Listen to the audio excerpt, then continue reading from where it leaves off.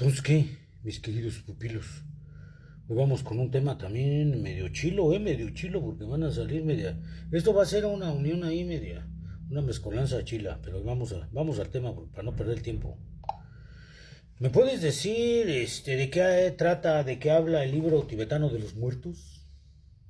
Claro, el libro tibetano de los muertos, también conocido como el Bardo Todol, es un texto budista que sirve como guía para los difuntos y los moribundos. Habla de las etapas de la muerte, el proceso del más allá y cómo la conciencia experimenta una serie de estados intermedios, llamados bardos, antes de renacer. Es una obra muy espiritual y simbólica y se utiliza como un acompañamiento para entender la muerte desde la perspectiva budista. ¿Se puede considerar que el libro tibetano de los muertos es religioso? Sí, definitivamente se puede considerar religioso. Es un texto profundamente espiritual dentro del budismo tibetano. No solo habla de la muerte y el renacimiento, sino que está cargado de rituales, oraciones y enseñanzas morales, todo enmarcado en una cosmovisión religiosa. ¿Ese libro tibetano de los muertos tiene algún paralelismo, ya se hace con el libro de los muertos egipcios o de los hebreos? Sí, buena observación. Hay paralelismos interesantes. Por ejemplo, el libro de los muertos egipcio también era una guía para el difunto, ayudándolo a navegar el más allá con rituales y fórmulas. En el caso del Bardo Todol es más bien una guía para la conciencia post-mortem en el marco budista. Y el misticismo hebreo, especialmente en algunos textos cabalísticos, también explora estados intermedios del alma. Así que, aunque son tradiciones distintas, todas comparten esa idea de guiar al espíritu después de la muerte. En esa religión del libro tibetano de los muertos, ¿tiene algún paralelismo con el Génesis, con la Torá? No de manera directa. El Génesis, como parte de la Torá, se centra en la creación del mundo, la historia de los patriarcas y la relación de Dios con su pueblo. En cambio, el Bardo Todol no habla de la creación, ni de un Dios creador, sino del viaje del alma después de la muerte. Son dos marcos culturales y teológicos diferentes, aunque ambos buscan entender lo trascendental, pero desde perspectivas muy distintas. ¿Se habla de alguna apocalipsis o algún tipo de evento catastrófico al final de los tiempos en este libro tibetano de los muertos? No, en realidad no se habla de un apocalipsis en el sentido cataclísmico. El Bardo Todol se enfoca más bien en los estados intermedios que atraviesa el alma después de la muerte, no en un juicio final o un fin del mundo. Es más bien un mapa espiritual de las experiencias post-mortem, sin un desenlace catastrófico o externo específico. Muy bien. ¿Y en este libro tibetano de los muertos se habla de reencarnación? Michao. Sí, sí. De hecho, la reencarnación es un tema central. El texto describe cómo después de la muerte, la conciencia pasa por varios estados, los bardos, antes de renacer en un nuevo cuerpo. Así que para el budismo tibetano, la reencarnación es una continuidad del camino del alma hasta alcanzar la iluminación. ¿Y en qué se basa ese libro tibetano de los muertos para Seeking Reincarnation? Street. Sí, de hecho muchas tradiciones budistas tibetanas se basan en ese libro, junto con otras enseñanzas, para entender cómo funciona el proceso de renacimiento. No, Los pero maestros en qué se budistas. basa el libro tibetano de los muertos para Seeking Reincarnación? ¿Cuál es su base, su fundamento?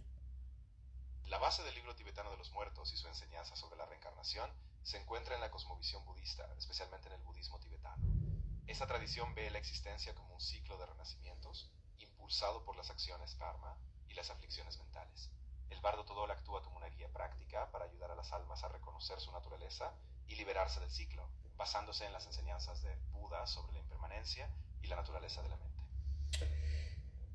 En el budismo se puede decir que se cree entonces en la reencarnación. Sí, exactamente. En el budismo la reencarnación es una parte fundamental. Se entiende como un ciclo continuo de nacer, morir y renacer hasta que se alcanza la iluminación, que es cuando se rompe ese ciclo. Así Y que según el es una... budismo, ¿quién nos creó? Esa es una gran pregunta. En el budismo no hay un creador personal como en las religiones teístas. Más bien, el universo y los seres son vistos como parte de un continuo de causas y efectos, el karma. Es decir, no hay un Dios que haya creado todo, sino que todo surge de interdependencia y procesos naturales. ¿Y qué edad tiene el budismo? ¿En qué siglo empezó esto? El budismo se originó alrededor del siglo VI a.C., en la India, con las enseñanzas de Siddhartha Gautama, el Buda. Así que si lo ponemos en perspectiva, tiene más de 2500 años de antigüedad y ha evolucionado mucho desde entonces, ramificándose en distintas escuelas y tradiciones. O sea que casi el tiempo de la Torá, muy paralelo. Sí, exacto. La Torá o los primeros 5 libros de la Biblia también se sitúan en esa época, aunque un poco antes. Así que sí, hay un marco histórico en paralelo. Mientras la Torá se desarrolla en el contexto semítico, el budismo surge en el contexto indio, pero ambos comienzan alrededor de esos siglos. Entonces, Siddhartha es el líder de ellos, por decirlo así. Sí, exactamente. Siddhartha Gautama, conocido como el Buda, es el fundador del budismo. Él fue quien a través de su iluminación empezó a enseñar las verdades sobre el sufrimiento, el desapego y el camino hacia la liberación. Así que sí, es la figura central del budismo. Entonces, el libro tibetano de los muertos dice que nacemos, morimos hasta que evolucionamos, y si no, de lo contrario, involucionamos. Sí, en esencia esa es la idea.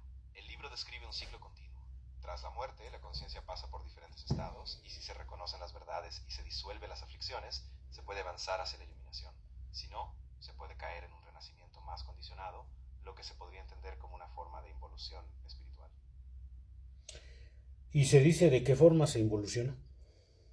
No se habla de una involución en un sentido mecánico o fijo, sino que se trata más bien de que si no se reconoce la naturaleza de la mente y se siguen las aflicciones del apego, el deseo o la ignorancia, se renace en condiciones más sufrientes. Es decir, la idea es que sin sabiduría se repiten nacimientos en estados menos afortunados, pero no es un descenso predestinado, sino una consecuencia de las elecciones y del karma. Y entonces la evolución, ¿a qué evolución se refiere? La evolución, en el contexto budista, se refiere a un progreso espiritual. Es decir, a medida que uno va comprendiendo la naturaleza de la mente, va liberándose del sufrimiento y acumulando sabiduría. Es un proceso de transformación interna. Se pasa de un estado de ignorancia a uno de mayor claridad hasta alcanzar la iluminación, donde se trasciende el ciclo de renacimientos. ¿Qué os parece esa ideología? Joder, jolines. Estamos hablando de Buda, del budismo, del libro tibetano de los muertos, mi chavo. Entonces quiere decir que el libro tibetano de los muertos, ahora vamos a ver por último, y más o menos cuántas personas están adheridas a esa religión. Aproximadamente 324 millones de personas se identificaban como budistas a nivel mundial en el año 2020, lo que representa alrededor del 4,1% de la población global. Estas cifras provienen de estimaciones del Pew Research Center. Ese es el libro tibetano de los muertos, que más o menos tiene el mismo tiempo de la Torah, mis chavos.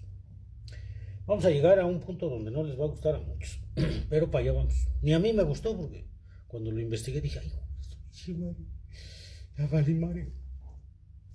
Ay, joder. Pero no se despeguen de este canal. Órale, estamos en contacto. Goodbye.